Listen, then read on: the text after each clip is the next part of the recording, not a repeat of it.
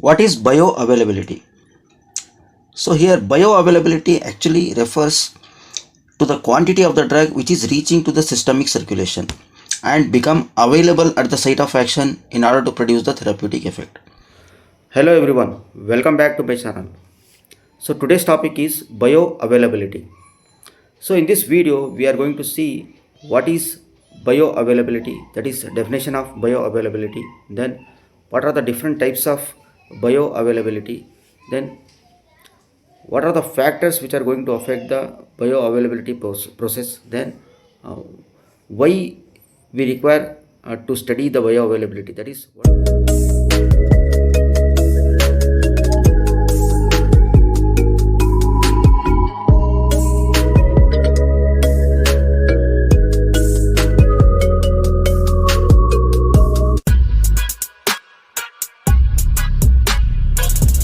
let us understand the concept by taking a simple example. For example, 100 mg of the tablet is taken orally, then its bioavailability, that is only the from the 100 mg only 50 mg enters the blood or circulation, then the bioavailability is 50%. So this is the tablet. When it is taken orally, only the 50 mg of the amount of the drug is going to enter into the blood or systemic circulation, then the bioavailability is only 50%. If the same drug, that is which is taken in the form of tablet, if the same drug is given in the form of injectables through IV route, then the bioavailability is 100%, because the drug is directly entering into the systemic circulation, that is blood. Therefore the bioavailability through IV route is 100%. Here we can see in the diagram there is a IV route and there is a oral route. So IV route gives 100% bioavailability because the drug is directly entering into the blood, whereas in case of oral route, that is non-IV route, the bioavailability usually less than 100%, because some factors like incomplete absorption or first pass metabolism. Now, types of bioavailability. So there are two types of bioavailability. One is absolute bioavailability, then relative bioavailability. What is absolute bioavailability? So here there is a comparison of the bioavailability for the same drug which is given through IV route and given through non-IV route. For example, let us consider a drug by the name D. Okay, then this drug is given IV route and the same drug is given through the oral route. So of course, when it is given through the IV route, it is present in the injectable form. Then if it is given through the oral route, it is present in the tablet form. So here we are going to compare the bioavailability based on the drug is same, but we are going to compare the bioavailability of between the different two routes, that is IV route and oral route, for the same drug. So this type of determination, this type of measurement is called as absolute bioavailability. Then second one is relative bioavailability.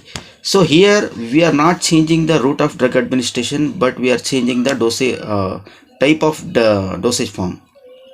So here we are going to compare the bioavailability between the two different formulations. Means here also consider the same example, the drug D. One form is tablet form and another form is something ointment or topical form or injectable form, whatever it may be.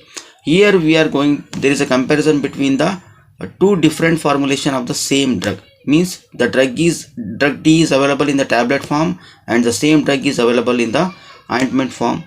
Then we are going to compare between the two different formulations, but the drug is same. So here we are going to compare the bioavailability between two different route of drug administration. Here we are going to compare the bioavailability between the two different formulations of the same drug. Here are the key objectives. Okay, here are the key objectives why we require bioavailability study. So we require bioavailability study, or you can say the need of the study, to optimize the formulation, drug formulation, and to compare the drug products, means to compare the different products of the same drug. Then to determine the dosage regime, means to fix the dosage, and to decide what is the gap between the dosage for different dosage. Then to evaluate the route of administration, so which route is better. Then to support the regulatory approval, means to get the easy regulatory approval, we require this bioavailability studies. Then to identify the drug interactions in detail, why we require bioavailability study, or you can say the what are the key objectives, what is the importance of studying bioavailability. So first one is ensure therapeutic effectiveness.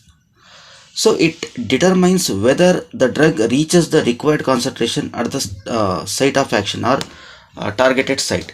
So okay, when any drug is given, okay, whether it is reaching to the site of action in a complete concentration, means how much, for example, we are given 100 mg of the drug to the body, then whether it is reaching completely 100 mg at the site of action, or whether it is reaching 50 mg at the site of action, that we can easily analyze by studying the bioavailability.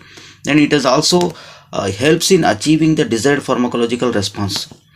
Then another thing is optimize drug formulation. So by studying the bioavailability, we can optimize the drug formulation, means this this science will guide the pharma companies in designing a formulations that will maximize the absorption, means that will help the biopharma companies to design the formulations, whether this drug is suited for solid dosage form, or whether this drug is suited for injectables, or whether this drug is suited for topical route or ointments.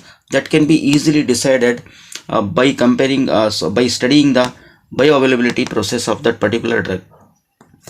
And it also help us to compare the drug products, means in case of bioequivalence studies, we are going to compare the generic drugs with the branded drugs. Then to determine the dosage regime, that is, as I told you, to fix the dose, or you can say what is the gap between the two different dosage in a day.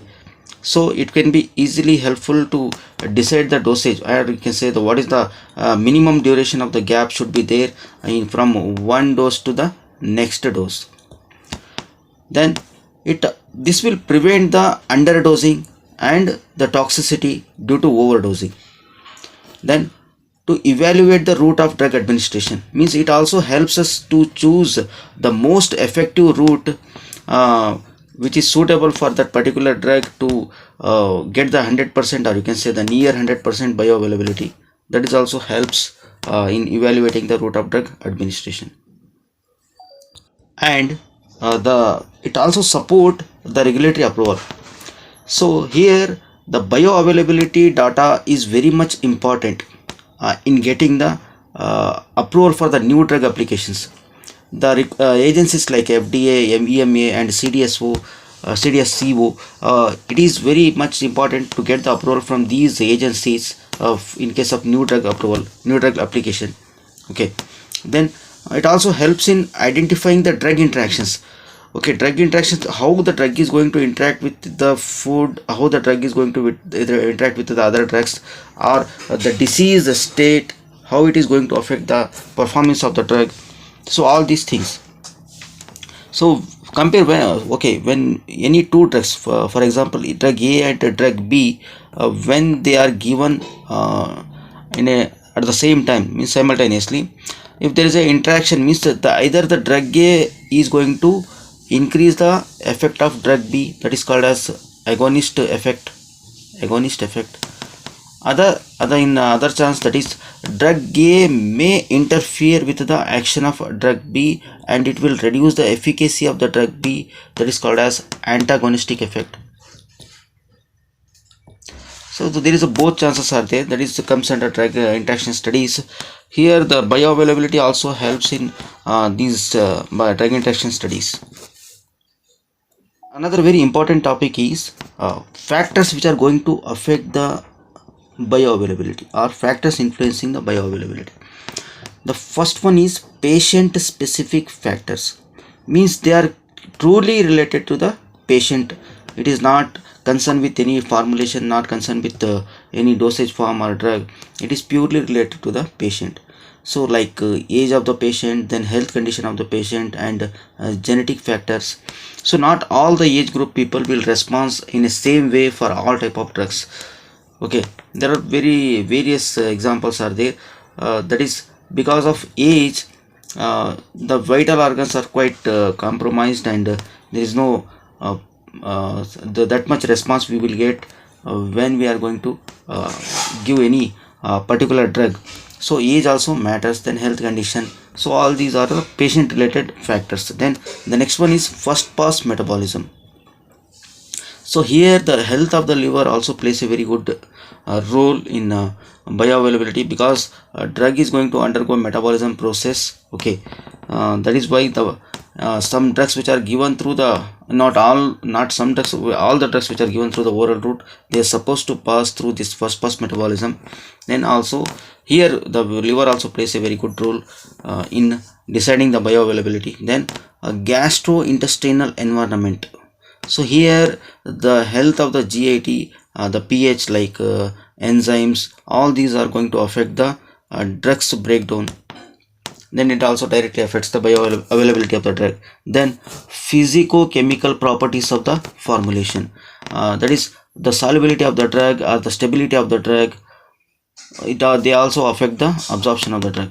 Then formulation related factors like drug form impacting release and its absorption, that is the form of the drug, whether it is present in the tablet form, or whether it is present in the capsule, or whether it is present in the liquid form, that is also play important role in bioavailability. Then route of administration.